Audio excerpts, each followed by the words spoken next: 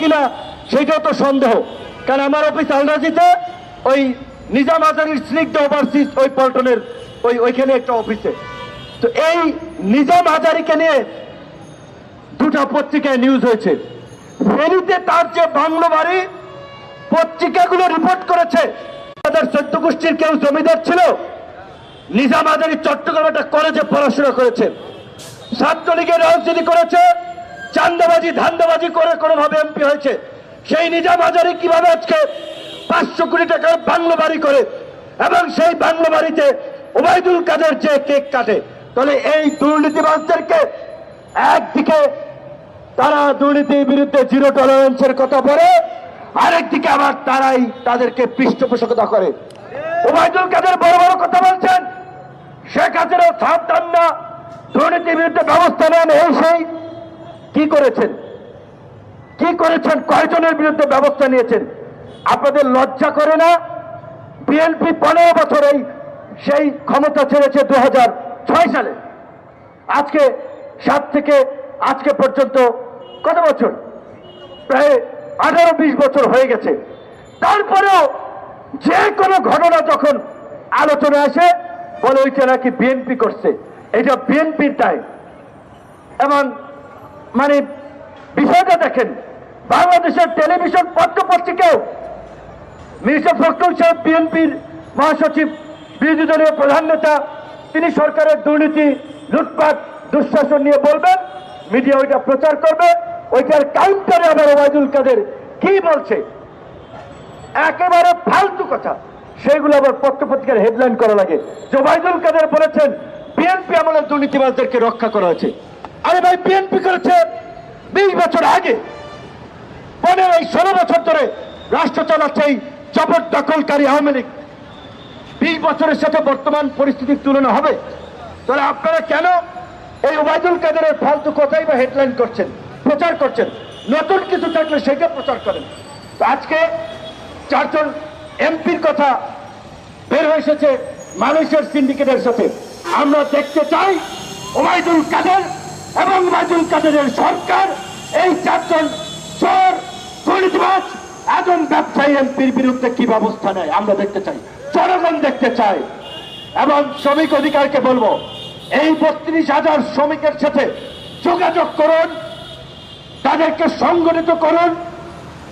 এই 4 আদম ব্যবসায়ী এমপির বিরুদ্ধে যদি ব্যবস্থা না নেয়, আমরা এই ভুক্তভোগী শ্রমিকদেরকে নিয়ে ওই আদম ব্যবসায়ী 14 গোষ্ঠী উদ্ধার করি।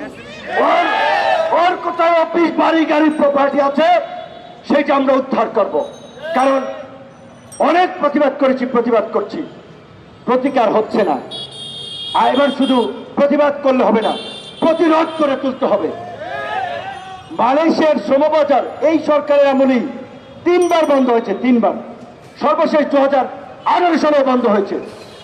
সরকারের টনক নড়বে না? একটা আহাম্মকি সরকার, একটা অপদার্থ সরকার, একটা ধ্বজভঙ্গ সরকার।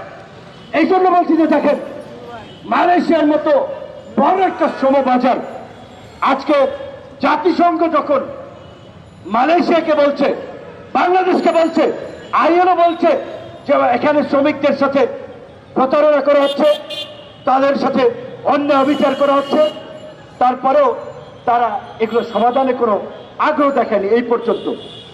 মালয়েশিয়ার শ্রমবাজারে তারা 9টা দেশ থেকে শ্রমিক নেয়। কোন দেশ মালয়েশিয়ার এই রকমের অযৌক্তিক শর্ত মানে নাই যে তারা স্পেসিফিক কয়েকটা এজেন্সিকে কাজ দিবে, তারা বাংলাদেশ থেকে লোক পাঠাবে। এইটা করেছে সত্যিকার অর্থে নিজের জাতি ভাই, তো লজ্জা লাগে। আমাদের বাংলাদেশিদের মতো ইতর দুর্নীতিবাজ 2 নাম্বার পৃথিবীর আর কোন দেশের মানুষ আছে বলে আমার মনে হয় না। কষ্ট নেন না, ওই কাতারে তো আমিও আছি, কারণ আমি তো আপনাদেরই ভাই, এই দেশেরই তো নাগরিক।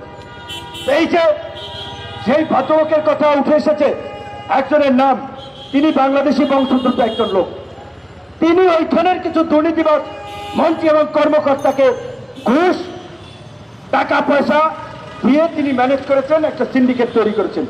সরকার যদি এটা বুঝাই বলতো যে ভাই এর মাধ্যমে শ্রমিকরা প্রতারিত হবে, আমাদের শ্রমবাজার ক্ষতিগ্রস্ত হবে, তোমরা যদি সরকার শ্রমিক নাও, আমরা সরকারিভাবে তোমাদেরকে যে সমস্ত ভালো এজেন্সি আমরা লিস্ট দেবো তাদের কাছ থেকে নিতে হবে। তাহলে কিন্তু আর এই সিন্ডিকেটটা হতো না। মধ্যপ্রাচ্যের শ্রমবাজার, মধ্যপ্রাচ্যের সব কয়েকটা দেশে বাংলাদেশে আলেমদের খুব সম্মান, ইমামদের খুব সমীহ করে তারা, বাংলাদেশ থেকে তারা ইমাম নিতে চায়। কিন্তু এই দুর্নীতি, লুটপাট, এই সিন্ডিকেটের কারণে আজকে মধ্যপ্রাচ্যের শ্রমবাজারও আমরা হারাচ্ছি। মধ্যপ্রাচ্যের প্রত্যেকটি দেশে ভারত থেকে আলু, পটল, ঝিঙে, কাঁচামরিচ, মূলা, করলা চাই। বাংলাদেশের মতো একটা ওভার পপুলেটেড কৃষি প্রধান দেশ, আমরা যদি ওদের সাথে সম্পর্ক তৈরি করতাম, আমরা এই বাজারটা ধরতে পারতাম। কিন্তু যারা ক্ষমতায় আছে তাদের কি জনগণ, রাষ্ট্র, দেশ এগুলো নিয়ে কোনো ভাবনা আছে? ভাবনা থাকলে তো আজকে দেশের এই পরিস্থিতি হতো না। একটা দেশের পুলিশ প্রধান, সেনা প্রধানের বিরুদ্ধে এই ধরনের অভিযোগ আসার পরেও সরকার কোনো ব্যবস্থা নেয়নি। কালের কণ্ঠ পত্রিকা বেনজিরকে নিয়ে নিউজ করেছে প্রায় 1 মাস, ব্যবস্থা নেয় নাই। যখন আমেরিকা দুর্নীতির জন্য কুখ্যাত জেনারেল আজিজের উপরে নিষেধাজ্ঞা দিল, তখন সরকারের কানে পানি গেছে, তারা বুঝেছে না ব্যবস্থা এখন নেওয়া লাগে। কারণ আমেরিকা কিছু শর্ত দিয়েছে, তোমরা যদি ব্যবসার পরিবেশ উন্নতির ক্ষেত্রে দুর্নীতির প্রতিবন্ধকতা দূর না করো, এই লোকগুলো তোমাদের দুর্নীতির সবচেয়ে বড় সিন্ডিকেট তৈরি করেছিল, দুর্নীতিকে বিস্তার করেছে, তাদের বিরুদ্ধে ব্যবস্থা নিতে হবে। এখন আমেরিকাকে খুশি করার জন্য, আমেরিকার সাথে বিরোধ করার জন্য সরকার মূলত দুর্নীতির বিরুদ্ধে কিছু কথা বলছে, গরম গরম কথা বলছে, না হলে এটা বলতো না। তো কাজী আমি এই কথাটি বলে আপনাদের জনগণকে, রাজনৈতিক দলের নেতৃবৃন্দকে বলতে চাই, আমেরিকা, ইউরোপ, ভারতে কে ক্ষমতা আসলো, কে গেল, এইটার দিকে মাথা না ঘামাইয়া আমরা যারা গণতন্ত্রের জন্য, সুষ্ঠু নির্বাচনের জন্য আন্দোলন করছি, আমাদের দৃষ্টি জনগণের দিকে থাকতে হবে।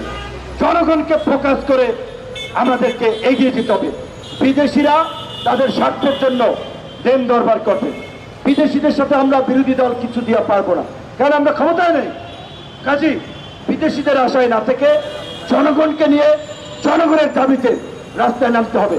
আমাদের আজকের এই কথা পরিষ্কার, শ্রমিক অধিকার পরিষদের ভাইরা একেবারেই সরকারের উপকার করার জন্য রাস্তায় নামতে আমি যদি মনে করি। কারণ সরকার তার এমপিদের বিরুদ্ধে ব্যবস্থা নিতে পারতেছে না, পারবে না, নানান ধরনের চাপ। তো শ্রমিক অধিকার এই যে প্রতিবাদ করেছে, এখন অন্তত ব্যবস্থা নেন। আর যদি ব্যবস্থা না নেন, আমরাও দেখে ছাড়বো এই দুর্নীতিবাজদের আশ্রয়, দৌরত্ব কতদূর পর্যন্ত। আমি শ্রমিক অধিকার পরিষদ এবং আমাদের অন্যান্য অধিকার পরিষদের ভাই বন্ধুদেরকে অনুরোধ করব, যেভাবে দুর্নীতির ভয়াবহতা বেরিয়ে আসছে, দুর্নীতির বিরুদ্ধে আপনারা সরব হন।